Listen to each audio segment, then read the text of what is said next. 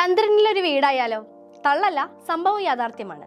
കഴിഞ്ഞ ദിവസം ഫ്ലോറിഡയിലെ Kennedy space സെന്ററിൽ നിന്ന് വിക്ഷേപിച്ച ഇരട്ട ചാന്ദ്ര ലാൻഡറുകൾ യാത്ര തുടരുകയാണ്. ഭൂമിയുടെ ഭ്രമണപഥത്തിലുള്ള ഇവയെ ഘട്ടം ഘട്ടമായി ചന്ദ്രനിലേക്ക് തൊടുത്തുവിടും. ഈ ലാൻഡറുകളിൽ ഒന്നിൽ ചാന്ദ്രഭവനത്തിന്റെ മാതൃക കൂടി ഉൾപ്പെടുത്തിയിട്ടുണ്ട്. ലാൻഡറിലെ ടെനേഷ്യസ് റോവറിലാണ് ഇത് സൂക്ഷിച്ചിരിക്കുന്നത്. ചന്ദ്രനിൽ എത്തിക്കഴിഞ്ഞാലുടൻ റോവർ പുറത്തിറങ്ങി യാത്ര തുടങ്ങും. വീട് ചന്ദ്രമണിൽ സ്ഥാപിക്കുകയും ചെയ്യും. ഒരു വീടിന്റെ മാതൃക ആദ്യമായാണ് ചന്ദ്രനിൽ എത്തുന്നതെന്ന പ്രത്യേകതയുമുണ്ട്. ഭാവിയിൽ മാനവരാശി ഭൂമിയും കടന്ന് ഗോളാന്തരങ്ങളിലേക്ക് ചേക്കേറുമെന്ന സന്ദേശമാണ് ഇതുവഴി നൽകുന്നതെന്നാണ് വീടിന്റെ മാതൃക നിർമ്മിച്ച സ്വീഡിഷ് കലാകാരൻ മൈക്കിൾ ജൻബർഗ് പറഞ്ഞത്.